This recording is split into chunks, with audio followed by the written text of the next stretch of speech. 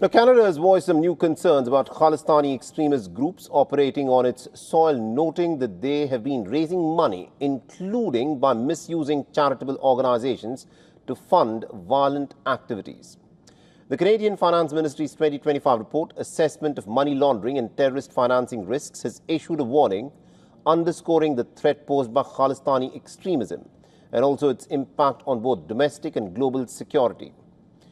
The report pulls no punches. It names Babbar Khalsa International and the International Sikh Youth Federation alongside groups like Hamas and Hezbollah as organizations receiving financial backing sourced from Canada. The authorities have warned that the Khalistani extremist outfits are tapping into Canadian diaspora communities to solicit donations, with many exploiting not-for-profit organizations as a cover. And this exposes some pretty troubling vulnerabilities in Canada's not-for-profit sector.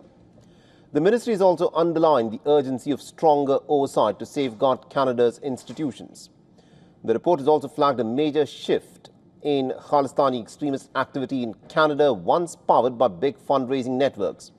These operations have now broken down into scattered smaller groups that are loyal to the cause, but with no solid links to any single outfit.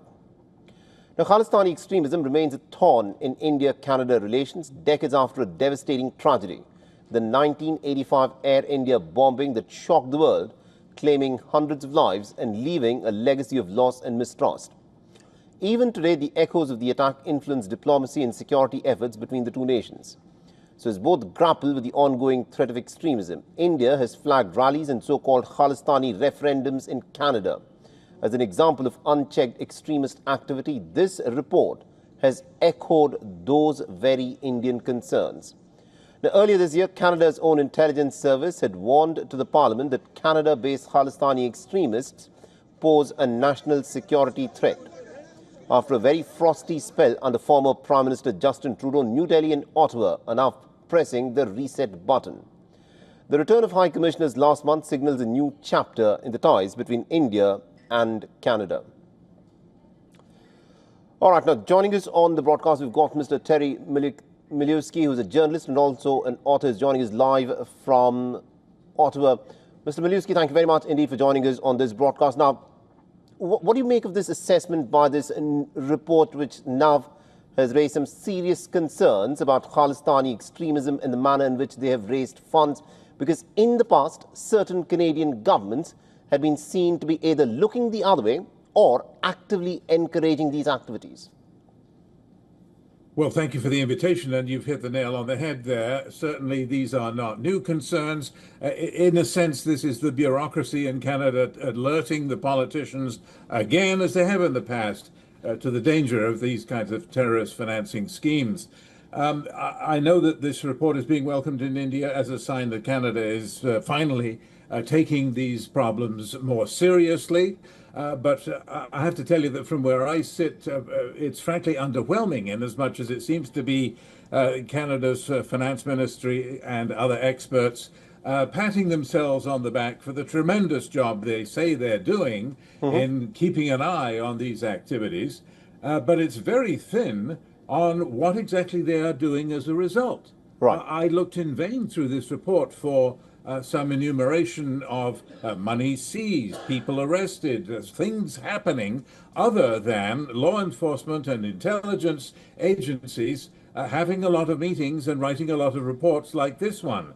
In a way, it sort of restates what we already knew about these activities, but it does not tell us anything new about what Ottawa is doing about it. There seem to be, in a sense, then, missing the point, I think, which is a political point, the politics in Canada, which provide the incentive to the politicians to look the other way. I think that's an important assessment that you've made there. Now, in the past, now this is something that has been highlighted over and over again by the Indian governments, which has clearly made it clear to Ottawa that there are Khalistani extremists and separatists are using the Canadian soil as a launchpad to foment trouble, both in Canada and also in India. Why do you think this is a report that has now been published? Is there a recognition in Ottawa that Khalistani extremism is problematic both, not just for India, but even for Canada? Well, yes, I think there is a recognition. and I think that's perfectly accurate.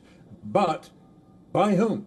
That recognition has been present, I think, for years, and in some cases for 40 years, ever since the Kanishka bombing of 1985, that this is a serious danger, a danger to Canada's own national security, not just to India's, and that too little has been done about it to recognize it and to counteract it.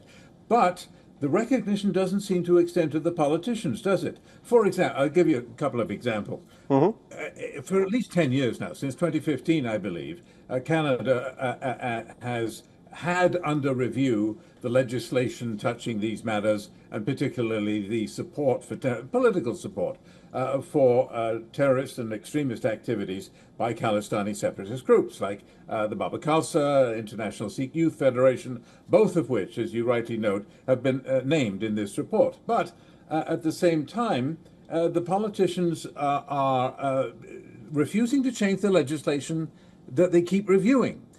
Britain, for example, at least 10 years ago, updated its terrorism legislation to include the glorification of terrorism, made that an offense. Well, in Canada, it's still, to this day, perfectly legal to parade through the streets on Vaisakhi Day, carrying glamorous posters of the mastermind of the Kanishka bombing of 1985. He slaughtered 300 completely innocent civilians. It's the signature terrorist act of the separatist movement in India. And this has not been addressed. It's still completely legal to hold up and glorify Talvinder Singh Parmar, the mastermind of the Air India bombing, as a hero, a martyr, a model for Sikh youth, which is absurd. And I think is a second example that in the politician's own house, in the Canadian Parliament, as recently as a few months ago, a member of Parliament of the ruling Liberal Party was welcomed in the House to present a petition that we should have another investigation of the Air India bombing, which would put the blame on the Indian government and off the Khalistani separatists. This is an absurd story that they've been peddling for years. Nobody believes it. It's been debunked 100 times, and yet he was welcome to use the parliamentary facilities and the parliamentary website to propagate his petition, which got very few votes, but campaigning for a lie, it was perfectly welcome in the Canada's Parliament. I think that remains amazing, and nothing in this new report addresses that at all. I think those are some important concerns that you've raised, but at least the Finance Ministry's report, one would see, could be some kind of a starting point to look at the menace that is posed by Khalistani separatism, both for India and also for Canada. Thank you very much indeed, Mr. Terry Miliuski, for joining us with that perspective there. Thank you.